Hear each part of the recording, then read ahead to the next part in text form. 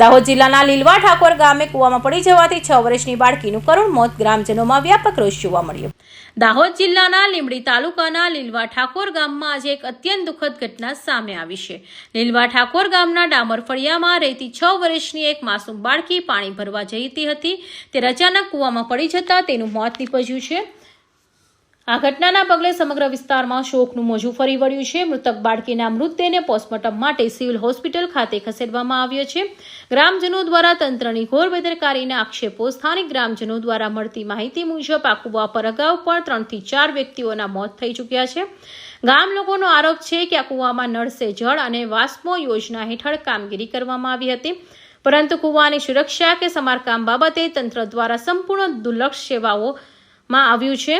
વારંવાર રજૂઆત છતાં તંત્ર નિષ્ક્રિયતા. ગ્રામજનોના જણાવ્યા અનુસાર તેમણે અગાઉ પણ અનેક વખત સંબંધિત વિભાગોમાં કૂવાનું સમારકામ કરવા માટે લેખિત તથા મૌખિક રજૂઆત કરી હતી. તેમ છતાં તંત્ર દ્વારા કોઈ પણ પ્રકારના નક્કર પગલાં લેવામાં આવ્યા નથી કે સમારકામની તસ્દી લેવામાં આવી નથી. આજે એક નાનકડી બાળકીએ જીવ ગુમાવવો પડ્યો ત્યારે તંત્રની પોલ ખુલી ગઈ છે કે ગ્રામજનોએ ઉચ્ચ અધિકારીઓ પાસે માંગણી કરી છે કે આ ઘટનાની તાત્કાલિક તપાસ કરવામાં આવે અને જવાબદારી અધિકારીઓ સામે કડક કાર્યવાહી કરવામાં આવે, જેથી ભવિષ્યમાં આવા અન્ય કોઈ જીવ જોખમમાં ન મુકાય. સુરેશ કાપડિયા, કેમેરામેન સિતીશ કાપડિયા, દાહોદ.